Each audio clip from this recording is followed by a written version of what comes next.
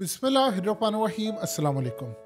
कुरान पाक को स्वीडन में जलाने वाला ये जो बदबख्त है जो आपकी स्क्रीन पर आ रहा है, ये बदतरीन गुस्ताख, इसका नाम है मोमिका सैल्वन। अब पूरी दुनिया ये जानना चाह रही है कि असल में ये मोमिका सैल्वन है कौन। आपको आज इस बंदे की हकीकत बताएंगे, आपके रोंगटे खड़े हो जाएंगे और आपको पता चलेगा कि दुनिया की जो इंटेलिजेंस एजेंसियां हैं वो कितना घिनौना किरदार अदा करती हैं। और ये लोग शैतान के जो पुजारी है, खुदा की कसम दुनिया के अंदर कोई ऐसा मुसलमान ना होगा जिसका दिल नहीं दुखा जब उन्होंने ये मनाजिर देखे कि ये बदबख्त स्वीडन में जाता है। वहाँ पर जाकर पुलिस ने पहले बैन कर दिया था कि इसको किसी सूरत हम इजाज़त नहीं देंगे। उनकी कोर्ट ने उस बैन को हटाया। ये वहाँ पर गया, कुरान मजीद को पकड़ा और माज़अल्लाह अल्लाह पाक माफ़ करे, वो मनाजिर देखने वाले नहीं हैं। कुरान पाक को अपने पाँव के नीचे रखते हैं, उसके पेजेस फाड़ता है, उससे माज़अल्लाह जूते साफ करता, जलाता है। इस बदबख्त को आप लोग जानेंगे तो आपके रोंगटे खड़े होंगे। ये कोई आम शख्स नहीं है, इसके पीछे दुनिया भर की इंटेलिजेंस एजेंसियां और शैतानी ताकतों का जो नेटवर्क है, जो घिनौना खेल खेलने जा रही हैं, आप उसका अंदाजा नहीं लगा सकते। तो सबसे पहले ये समझ ली बदबख्त है कौन। देखिए, दो वर्जन है इसके। एक वर्जन वो है जो ये बताता है और फिर हकीकत टीवी बताएगा कि असल में है कौन। एक वर्जन के मुताबिक आपकी स्क्रीन पर इसका पासपोर्ट चल रहा है। ये कहता है मैं स्वीडन की नेशनैलिटी होल्ड करता हूँ। इराक का रिफ्यूजी था, मुहाजिर था, वहां पर आया और स्वीडन ने उसको नेशनैलिटी दी। और ये कहता है कि मैं एथियस्ट हूं, मैं किसी मजहब को नहीं मानता, किसी मजहब से मेरा ताल्लुक नहीं है, लिहाजा मैं खुदा का भी इनकारी हूं। ये इसका कहना है। चलिए एक बात, अब यहां से ये इसका वर्जन है और वो कहता है कि जी कुरान और इस्लाम माज़अल्लाह सुम्मा माज़अल्लाह तमाम फसाद की जड़ है। अब ये तो इसका ऑफिशियल वर्जन हो गया। अब जरा दिल थाम के समझिएगा कि बदबख्त असल में है कौन। ये बदबख्त असल में इराक में लड़ता रहा अमेरिका समेत दुनिया भर की इंटेलिजेंस एजेंसियों के लिए, और ये वहां पर मुसलमानों को, हर फिरके के मुसलमानों को मारता रहा और जहां पर अमेरिकी मफादात थे उनके तहत ये काम करता रहा और इसने सबको मारा। वहां पर मारा, फोर्सेस के अंदर काम करता रहा खुफिया तौर पर। वहां पर ये अपने आप को ईसाई जाहिर करता था, किसी जगह पर ये अपने आप को मुसलमान जाहिर करता था, किसी जगह पर ये अपने आप को एथियस्ट जाहिर करता था।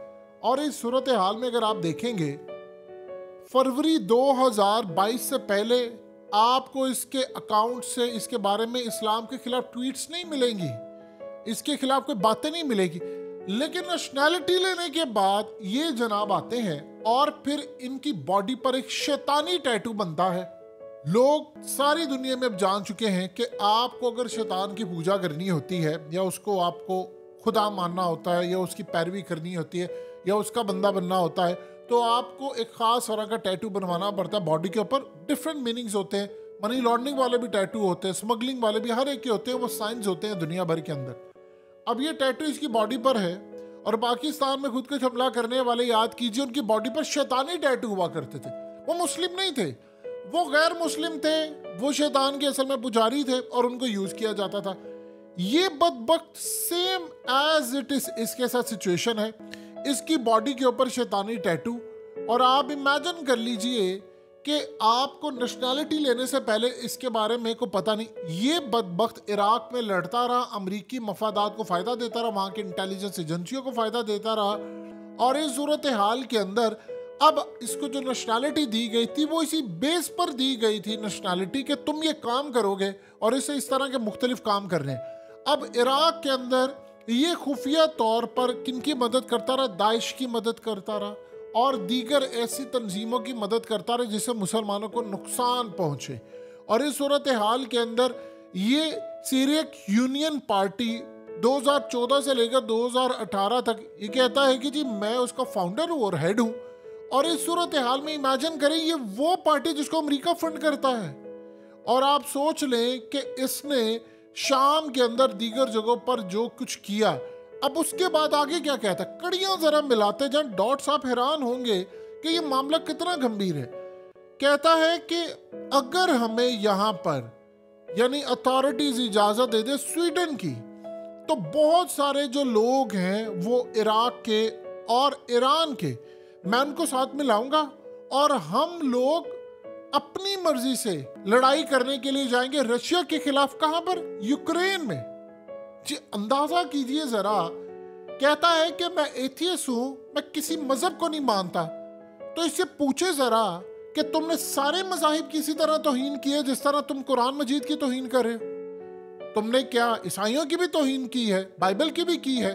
इस्लाम तो हमें कहता है कि कुरान मजीद बिल्कुल उसको अफजल तरीन दर्जा है, लेकिन बाइबल को भी आपने रिस्पेक्ट करनी है, तौरात को भी करनी है, यहूदियत के मजहब को भी करनी है, हिंदुओं के तमाम मजाहिब को करनी। कुरान मजीद में वादे मेंशन में लिखा है कि तुमने उनके झूठे खुदाओं को बुरा नहीं कहना, वरना वो तुम्हारे सच्चे खुदा को बुरा कहेंगे। तो हमें तो इजाजत ही नहीं है कि आप बेहुरमती कर ही नहीं सकते। हमारा तो दीन कहता है जंग के अंदर औरतों, बच्चों और बूढ़ों को तो आपने किसी सूरत नहीं छोड़ना। दरख्तों तक की हिफाजत करने की हमें तलकीन की गई है। और इस तरह का मजहब तो पूरी कायनात में आप ढूंढ कर दिखा दें, क्योंकि ऐसा मजहब आप मिले जो कहता है एक इंसानियत का कत्ल पूरी इंसानियत का कत्ल है, और एक इंसान की जान बचाना पूरी इंसानियत की जान बचाना है। और आप इमेजिन कर लें कि ये शख्स कहता है मैं खुदा को नहीं मानता। दुनिया में बहुत सारे एथियस्ट हैं, लेकिन वैसा काम नहीं करते।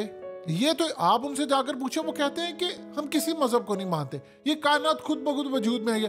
अब तो दुनिया का जाहिल तरीन अनपढ़ भी बंदा हो, अब उसको उठा लो सके यार कोई चीज बना दे, वो कोई चीज खुद ब खुद वजूद में आ ही नहीं सकती। उसको बनाने वाला है कोई इंसान, क्रिएटर है, इस कायनात को क्रिएट करने वाला रब है।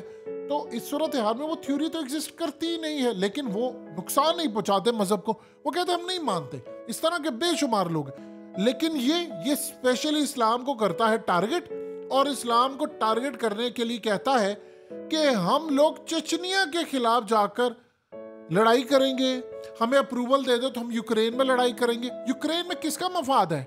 अमेरिका का, यूरोप का, शैतानी ताकतों का। सारे वहां पर लड़े हमें।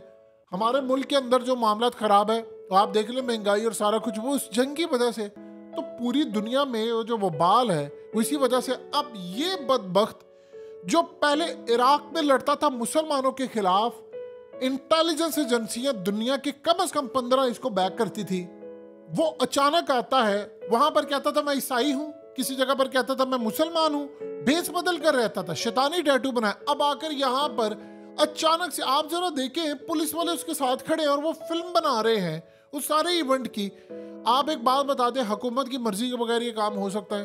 हुकूमत अगर डट जाती है, वो कहते नहीं ये मफाद ये आमा के खिलाफ है, ये तो फसाद बर्पा करेगा। अब ये क्या चाह रहा है? देखिए अमेरिका और दुनिया की ताकतें गेम कैसे खेलती है और शैतानी ताकतें काम क्या कहती। इससे माज़अल्लाह सुम्मा माज़अल्लाह कुरान मजीद जलाया, और इस बदबख्त ने जो कुरान मजीद को जलाया उसके बाद भड़काने के लिए रियल और 2 नंबर। एक तो रियल जो है वो रिएक्शन आता है, एक 2 नंबर जो खुद करवाना है, दाइश के थ्रू फलाना करवा दिया, इधर से उधर से खुद ही करवा कर नाम उनका लगाकर मुसलमानों को बदनाम करना और फिर एक जंग छेड़नी। अब इस सूरत हाल में आप जरा देखें तो सही, स्वीडन के अंदर मामला क्या है कि स्वीडन दुनिया का बेहतरीन मुल्क है। यानी हमें हमेशा से कहा जाता रहा यार ये गोरे कमाल लोग हैं। बर्तानिया दुनिया का सबसे बड़ा मनी लॉन्ड्रिंग का हब, दुनिया के हर रंगबाज, हर चोर चक्के लुटेरे का गढ़ लंदन, हर कातिल का गढ़ लंदन, अल्ताफ हुसैन वहां पर लंदन में, सारा जहान चोरों का वो लंदन। फिर उसके बाद आप देख लें स्विस बैंक, और दुनिया के जितने third world countries, Pakistan, Africa, India, दुनिया के जितने 2 नंबर ममालिक से 2 नंबर लोगों का पैसा स्विस बैंकों में, पनामा में, कहां पर? यूरोप के अंदर। वो पकड़ते क्यों नहीं है उसको? खुद शामिल है। यही वो चीज है जो आपको समझनी है। ये जो किरदार है ये खुद आ सकता है, इतना बड़ा काम उसको नहीं पता कि मुसलमान मेरे खिलाफ क्या करेंगे, क्या नहीं मामला हो सकता, वो मेरे खिलाफ नफरत है। और बताइए हुकूमत स्टेक पर स्वीडन के तमाम एम्बेसीज हाई अलर्ट है पूरी दुनिया में, 190 ममालिक में उनकी एम्बेसीज हाई अलर्ट है। तो आप इस सूरत हाल में बताइए तो सही कि कोई एम्बेसी हुकूमतें बगैर, यानी ये कुछ अजीब सी, यहाँ ऐसा ही होता है, ये सारे बिकते हैं जज, सारी दुनिया के अंदर होता है, वहां पर अपने मफादात के लिए काम करते हैं, लेकिन इस तरह के साथ इवेंट भी करवा देते हैं। तो असल में ये जो खेल इस वक्त शुरू हुआ है, ये शैतानी ताकतों के आगे जाके पहले सजदा रेज होते हैं, उसको ये रब मानते हैं, वो इनको पैसा देता है, नेशनैलिटी देता है, उनके जो करिंदे होते हैं फिर इनको फैसिलिटेट करते हैं और फिर उससे जो काम लेना होता है वो काम लेते हैं।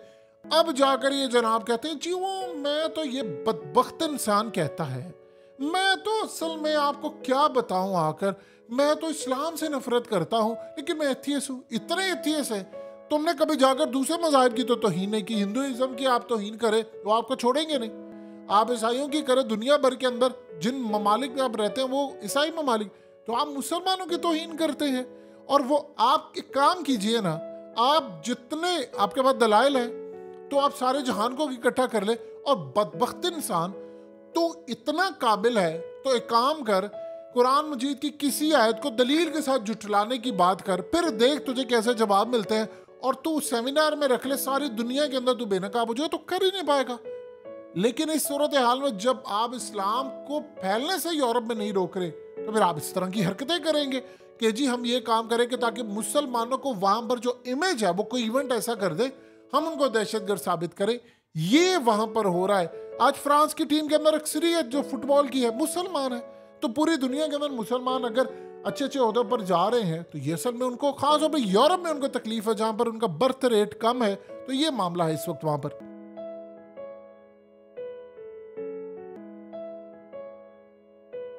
हकीकत टीवी को सब्सक्राइब करना मत भूलें, वीडियो को लाइक करें, शेयर करें और कमेंट सेक्शन में अपनी राय का इजहार जरूर करें।